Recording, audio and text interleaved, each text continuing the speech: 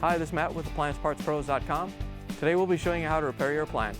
Remember, anytime you work on an appliance, make sure it's unplugged or the circuit breakers are off so there's no chance of electrocution. Also make sure you turn off the dishwasher's water supply underneath the sink. In this video we're going to show you how to change out the GE dishwasher door cable. It's going to be a very easy repair and it's only take a few minutes to show you how to do it. If you already have one of these, great. If not, you can click on the link below or get it at AppliancePartsPros.com. When you open up the package, you're going to get the new door cable. The door cable connects the door spring and the door hinge. The main reason you'd be changing it out is if it's damaged and the door is not opening and closing properly. In order to change the part, we have to pull the dishwasher out of the cabinet. First thing we're going to do is go underneath the sink and disconnect the lines. Now that we're underneath the cabinets, you want to make sure that the dishwasher is still unplugged, and you may want to throw a towel down. When we take off the fill line and the drain hose, there's going to be some water that comes out. First, we're going to disconnect the fill line. It's connected right here to the hot water valve. You want to make sure the water valve is off, and then we're going to use our 5/8" wrench to loosen up the hose.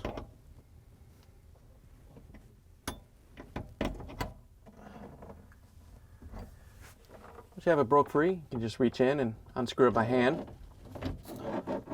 Once you have it off, you can just set it down, and then we can take off the drain hose. To take the drain hose off, you just want to follow it up to wherever it goes. It may go to the garbage disposal. Ours goes up to the air gap. Once you locate the end of it, we're going to take a 5/16 nut driver and loosen up the clamp.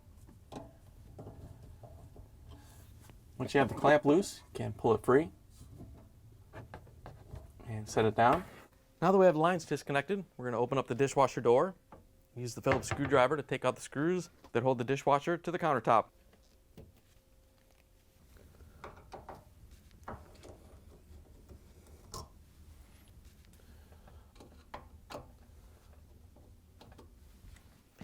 Now that we have the screws out, we're going to lift up on the door and use it to carefully pull the dishwasher out a little bit.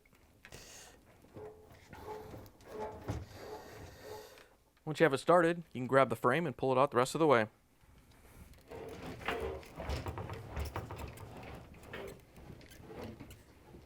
Now that we have the dishwasher out, we have access to the door cable. It runs from the spring up to the hinge. When you're taking this off, you want to make sure you have the door closed all the way.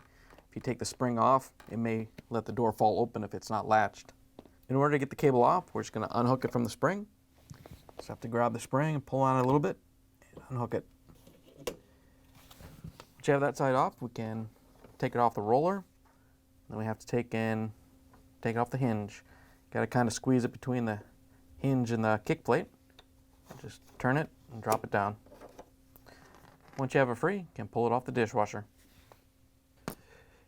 Here's the old door cable next to the new one. If you already have one of these, great. If not, you can get it at AppliancePartsPros.com.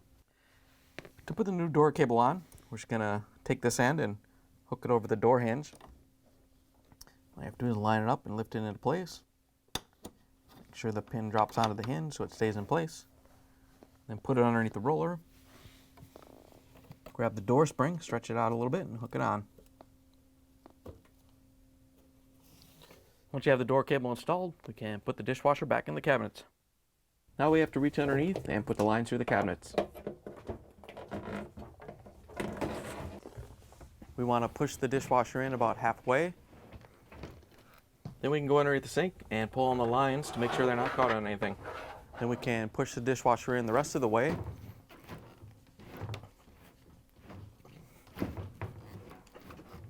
Now we can reconnect the drain hose to the air gap. Once you have it pushed up into place, we're going to use our 5/16" nut driver to tighten down the clamp. Once you have the drain line hooked up, we can hook up the water line. All you have to do is get it started by hand. Once you have it snug, we can reach in with our 5/8" wrench to tighten it down so it doesn't leak. Now that we have the lines reconnected underneath the sink, we're going to open up the dishwasher door. Use the Phillips screwdriver to put in the screws to hold the dishwasher to the countertop.